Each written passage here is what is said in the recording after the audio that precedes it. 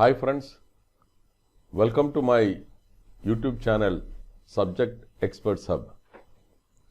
Today we will discuss another point related to labor codes. See, there was a confusion. Even that confusion was there for the Parliamentary Standing Committee. In fact, the chairman was asking why there should be the definition of worker and the definition of employee. You either define worker or you define the employee. Why two definitions are required? You see, if you look at the entire labor legislations, some of the benefits are only for the categories of people who comes under the term of worker.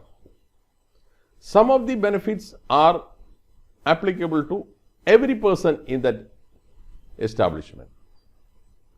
If it is only worker, then you have to specify that this benefit is available only to the worker, not to every employee in that organization. When it was individual legislations, this separation was there. Because look at the Industrial Disputes Act 1947. There what is defined is worker. If he is not a worker, if he is a manager, he has no protection under the Industrial Disputes Act 1947. Similarly, look at the Industrial Employment Standing Orders Act 1946. It also applies only to the worker. For officers, managers, etc., Standing Orders Act is not applicable.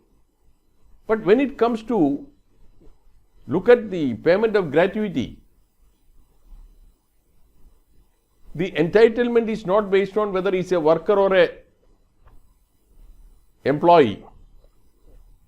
It is applicable to everybody in that establishment.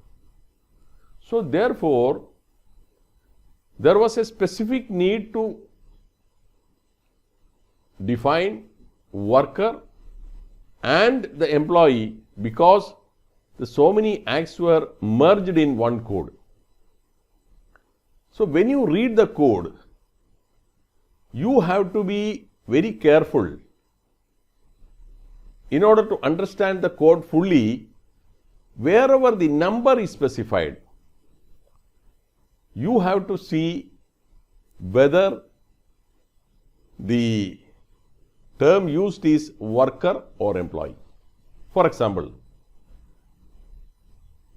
in the Industrial Relations Code, the requirement of government permission for layoff, retrenchment and closure has been raised from 100 to 300. Then you may have a doubt, 300 means whether the entire employees or only the workers. Yes, there you see in front of 300 what is written? It is written worker. So that means even if your establishment is having 750 employees, you assume that 750 employees are there.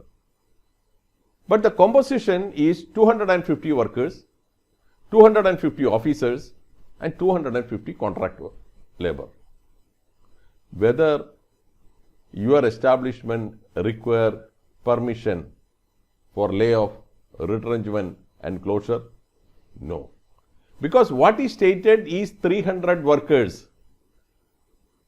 So this is the definition, the difference of definition of the worker and the employee.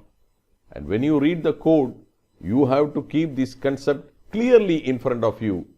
Then only you will understand the real applicability of the code to certain establishments.